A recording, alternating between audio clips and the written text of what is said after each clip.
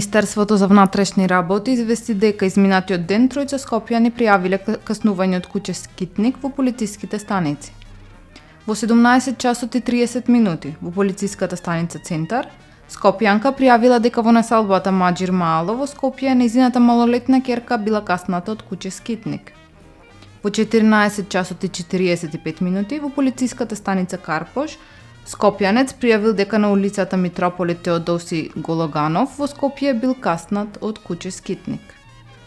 Во 11 часот и 55 минути во полициското одделение Сарај, скопјанец пријавил дека кај Скопскиот рекреативен центар Сарај бил каснат од куќе Скитник.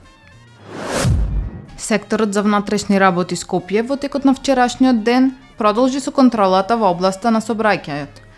На територија на град Скопје изречени се вкупно 108 мерки, меѓу кои за возење без возачка дозвола 14 санкции, 6 мерки за користење мобилен телефон при возење, 7 санкции за некористење на сигурносен појас.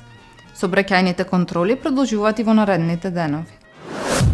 Во СВР Скопје 48 годишна жена пријавила дека на подрачјето на Центар била физички нападната од нејзиниот вонбрачен партнер од Скопје, известуваат од Министерството за внатрешни работи.